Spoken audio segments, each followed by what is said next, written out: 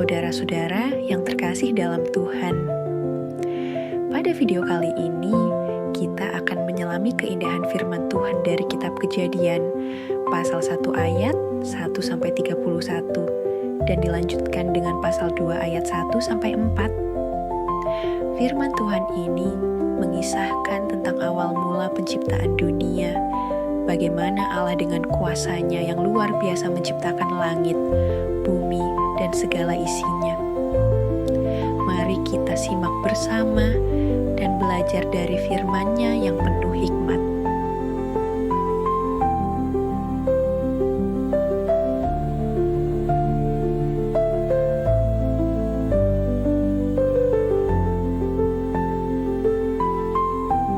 Pada mulanya, Allah menciptakan langit dan bumi. Bumi belum berbentuk dan kosong, gelap gulita menutupi samudera raya, dan roh Allah melayang-layang di atas permukaan air. Berfirmanlah Allah, jadilah terang. Lalu terang itu jadi. Allah melihat bahwa terang itu baik, lalu dipisahkan nyala terang itu dari gelap. Dan Allah menamai terang itu siang, dan gelap itu malam. Jadilah petang dan jadilah pagi, itulah hari pertama. Berfirmanlah Allah, jadilah cakrawala di tengah segala air untuk memisahkan air dari air. Maka Allah menjadikan cakrawala, dan Ia memisahkan air yang ada di bawah cakrawala itu dari air yang ada di atasnya. Dan jadilah demikian. Lalu Allah menamai cakrawala itu langit. Jadilah petang dan jadilah pagi, itulah hari kedua. Berfirmanlah Allah, hendaklah segala air yang di bawah langit berkumpul pada satu tempat, sehingga kelihatan yang kering. Dan jadilah demikian. Lalu Allah menamai yang kering itu darat, dan kumpulan air itu dinamainya laut. Allah melihat bahwa semuanya itu baik. Berfirmanlah Allah, hendaklah tanah menumbuhkan tunas-tunas muda, tumbuh-tumbuhan yang berbiji, segala jenis pohon buah-buahan yang menghasilkan buah yang berbiji, supaya ada tumbuh-tumbuhan di bumi. Dan jadilah demikian. Tanah itu menumbuhkan tunas-tunas muda, segala jenis tumbuh-tumbuhan yang berbiji, dan segala jenis pohon-pohonan yang menghasilkan buah yang berbiji. Allah melihat bahwa semuanya itu baik. Jadilah petang dan jadilah pagi, itulah hari ketiga. Berfirmanlah Allah, jadilah benda-benda penerang pada cakrawala untuk memisahkan siang dari malam. Biarlah benda-benda penerang itu menjadi tanda yang menunjukkan masa-masa yang tetap dan hari-hari dan tahun-tahun. Dan sebagai penerang pada cakrawala, biarlah benda-benda itu menerangi bumi. Dan jadilah demikian. Maka Allah menjadikan kedua benda penerang yang besar itu, yakni yang lebih besar untuk menguasai siang dan yang lebih kecil untuk menguasai malam, dan menjadikan juga bintang-bintang. Allah menaruh semuanya itu di cakrawala untuk menerangi bumi, dan untuk menguasai siang dan malam, dan untuk memisahkan terang dari gelap. Allah melihat bahwa semuanya itu baik. Jadilah petang dan jadilah pagi, itulah hari keempat. Berfirmanlah Allah, hendaklah dalam air berkeriapan makhluk yang hidup, dan hendaklah burung beterbangan di atas bumi melintasi cakrawala. Maka Allah menciptakan binatang-binatang laut yang besar dan segala jenis makhluk hidup yang bergerak, yang berkeriapan dalam air, dan segala jenis burung yang bersayap. Allah melihat bahwa semuanya itu baik.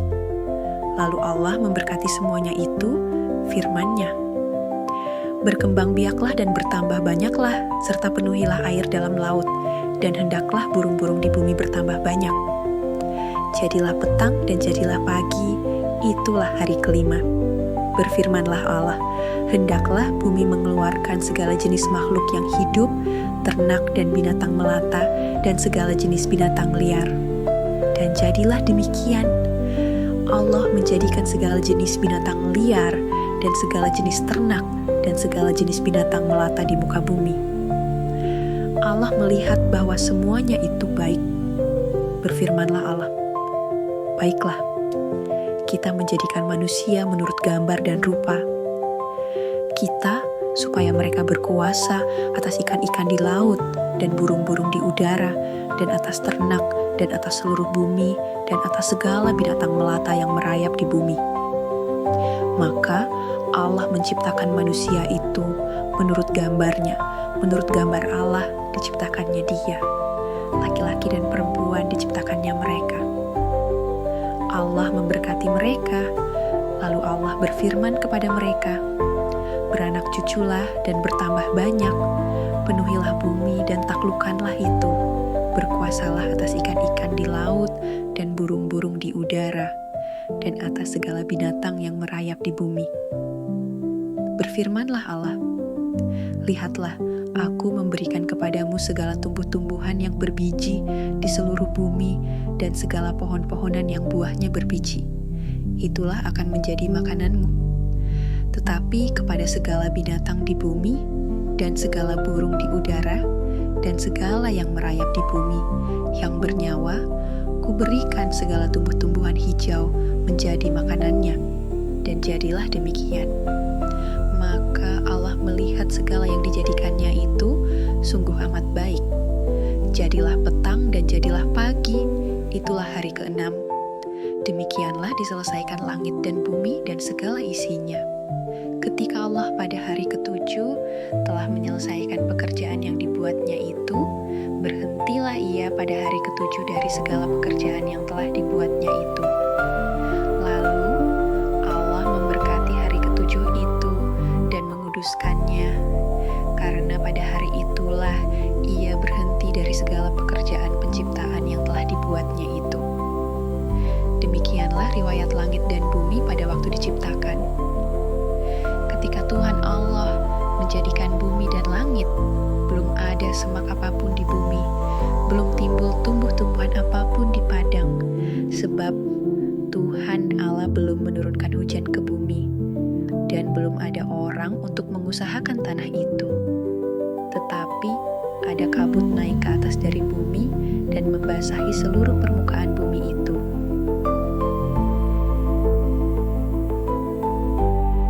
Ketika itulah Tuhan Allah membentuk manusia itu dari debu tanah dan menghembuskan nafas hidup ke dalam hidungnya. Demikianlah manusia itu menjadi makhluk yang hidup.